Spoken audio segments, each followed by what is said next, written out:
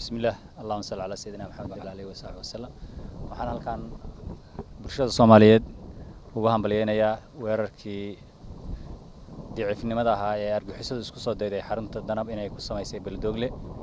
ee fashilka ku dhamaaday waxay saakayta 3 saac iyo bar isku day ku soo sameeyeen xarunta Beledoogle halkaas ay u soo adeegsadeen baabuur qaraxyo ah oo ilaa 4 gaaraysa iyo dad maleeshiyaan oo ay madaxa ka soo khaldeen dhamaantoodna lagu soo afjaray xarunta Beledoogle iyagoo aan wax khasaare ah iyo dhaawac iyo dhimasho midna soo gaarsiin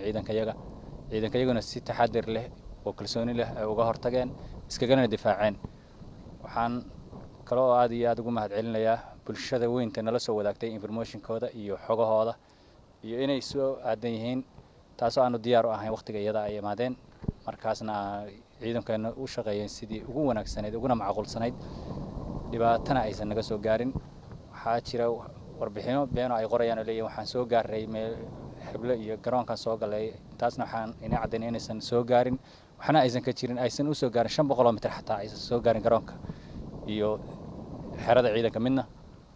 afarti gaarin ay lagu qarxiyay banaanka hore ciidankoodana meesha ku dhamaadeen tiradooda gadaal ma kaga soo xaqi jireen hadii Allah wada ogolaado laakiin wax ka laabtay ma jiraan dhamaantood waxa iyaga hayeen ismaail hayn aad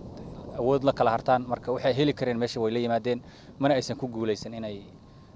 qorshahooda gaaraan rasmiga ah maleeshiyaanka al-shabaab waxa weeyaan awood ma jirto ama maxaan ku raahdaa caaqide rasmi ay ku dagaalayaan ma jiro waxa uu wanaagsanaan lahayd inay isu soo dhiibaan la tarabiyeeyo wax la baro aqoon iyo nolol loo sameeyo ayna ka soo qayb galaan bulshada isu soo dhiibayso oo iyaga ka soo galaysa